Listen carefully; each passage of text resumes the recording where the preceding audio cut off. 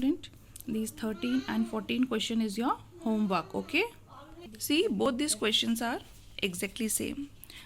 Write a program to input a number and check and display whether it is an even number or not. What is an even number? We have to take a number and we'll take out all its digit and add them. If this number, whatever we have inputted, is completely divided by the sum of its digit, it is an even number. So up to here we have to do it like same. ठीक है, digit sum will store in a variable. Now if n mod digit sum is equals to 0, means it is completely divided. So system.out.println, it is a even number. Okay, are you getting it? Now next is this question, write a program to accept a number and check whether it is a SPI number. So what is a SPI number? Suppose you have inputted a number and the sum of digits and the product of digit is equal. So it is a SPI number. So again you have to take a variable like that way. Similarly, int digit you have to do it like that way, int product you have to do like that way. Now this time what is the clause? That sum of the digit is equals to product of digit. So if digit sum equals to digit product, that is only given in the question, है ना?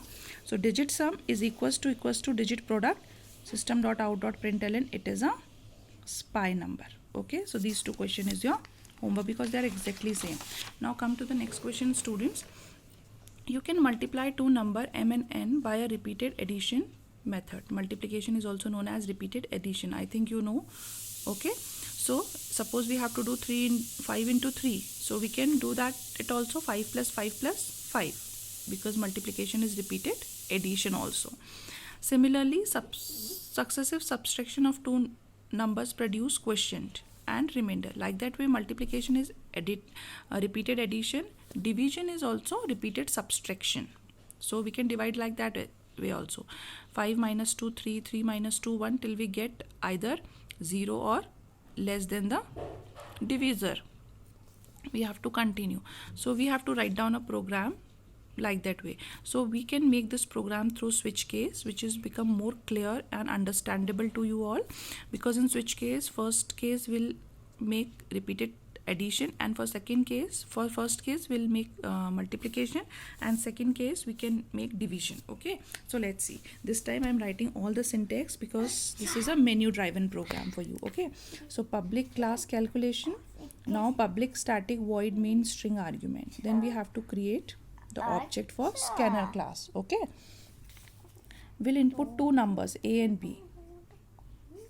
Okay, integer through scanner class. So a equals to in dot nextInt, b equals to in dot nextInt. Now for making a menu driven program, we have to first make it understandable that in first case what is going to be happen and in second case what is going to be happen. So we'll write a printing statement over here. Enter 1 for multiplication. 1 means first case calculate the multiplication, and system.out.println enter second for division. Now we'll input a integer in which we'll store 1 or 2, means which case is calculating. In dot nextInt, input, we have inputted I through scanner class. Now we'll switch this variable I, means the user will either enter 1 or 2. So switch I. Then switch case start. What is the first case? That is result of multiplication. Multiplication now we'll have store in 0 here. For integer I equals to 1, I less than equals to b, I plus plus. What will store in r mul? That is r mul plus a.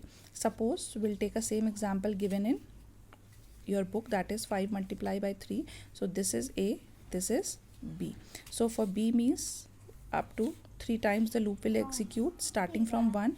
R mul will start from 0, r mul plus a, that is r mul plus a 0 plus 5. So 5 is stored in it. Now again the loop will increment for second time. I equals to 2, which is less than 3, it is true. So again it will go. Now what is there in r mul? That is 5. 5 plus 5, that is 10. Again it will go up, so it becomes 3. 3 is not less than, but yes it is equals to 3. So again the condition is true. R mul plus a, that is 5. Now it becomes 4. 4 is not less than 3, so the loop will break. So what is the total value present stored in RMUL? That is 15. Okay, so 5 into 3, we have calculated the repeated addition, multiplication through repeated addition. Okay, now case 2, we have to divide a number. So we have taken a count equals to 0.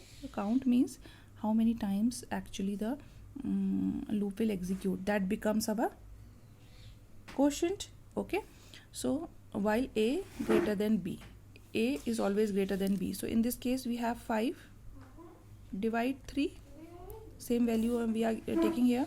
So a greater than 3, condition is true, so a equals to a minus 3. So what is stored in a equals to a minus 3, that is 2. Okay, no sorry, in division in question it is given over here, that is 5 divide 2. Okay, so this is 2 beta. Okay, so answer is 3 and count becomes 1. Count plus plus na, so previously it is 0, now it is 1, so count is 1. So now again the loop will go up is 3. A is 3 na, 3 is greater than 2, that is b. This is a and this is b, so condition is true. Now again a becomes a minus 3, that is 3 minus 2, so now a becomes 1 and count is incremented again by 1, so count become 2. So now 1 is not greater than 2, so the loop will the condition is false, so counter will come out of the loop.